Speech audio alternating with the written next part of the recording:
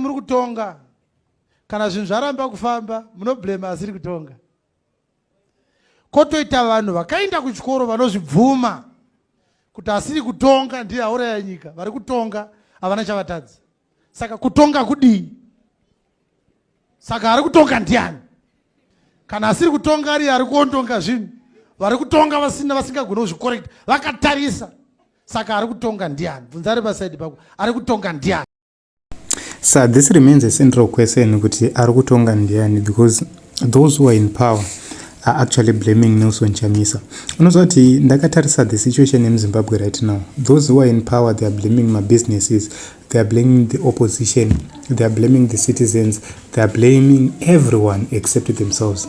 Asi ndo vanesa ma policies, ndo varidze mtemo, ndo vari kucontrola the all arms of government and all arms of state, ndo vano appointa ma boards ezvinhu zvese munyika, ingava RBZ, kungava ku Ministry of Finance, kungava kuzimura, kungava kuzinara, kungava kupi. Ndo vane authority yekudeploya masoja, mapurisa, ndo vanokwanisa kuchengetedza maminerals ari kubiwa munyika, ndo vanokwanisa kuita zvese, kugadzira currency, kuistabilizer, zvese zviri mumaoko mavo. But they blame everyone else except themselves.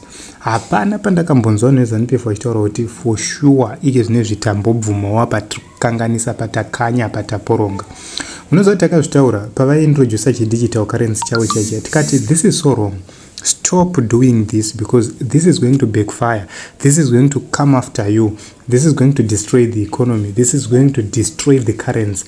Zvikanza muna chamunoziva magara munongopoza vachiunza chidigital currency chiya.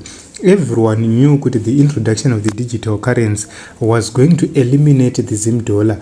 That was a way of trying to eliminate the Zim dollar. So everyone is running away from the Zim dollar.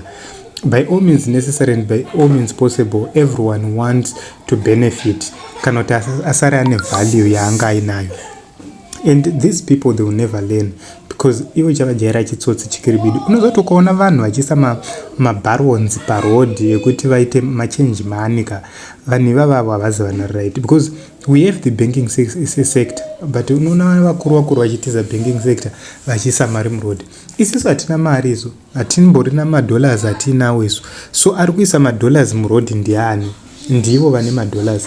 Recently vana muchango vanga vari kuAmerica and so forth. So you see kuti amen, but I agree with Apostle here.